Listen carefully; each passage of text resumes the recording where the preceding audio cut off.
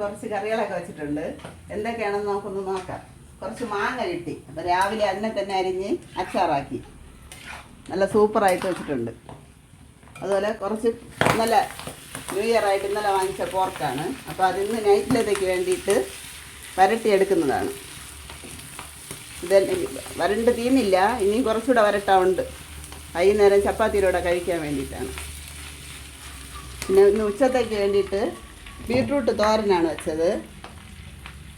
അതുപോലെ അവിയലും വെച്ചിട്ടുണ്ട്, വാഴയ്ക്കൊക്കെ ഇട്ട് വെച്ചതാണ്. ചൂര മീൻ കിട്ടി, അപ്പം അത് തേങ്ങയൊക്കെ അരച്ച് കറി വെച്ച്, ഒപ്പം ചോറും കൂടെ വെച്ചിട്ടുണ്ട്. ഇത്രയൊക്കെയാണ് ഇന്നത്തെ എൻ്റെ കറികൾ.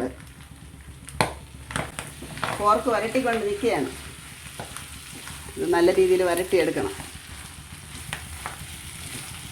നിങ്ങൾ ഇതുപോലെയൊക്കെയാണോ വരട്ടുന്നത്? കമൻറ്റ് ചെയ്യണേ.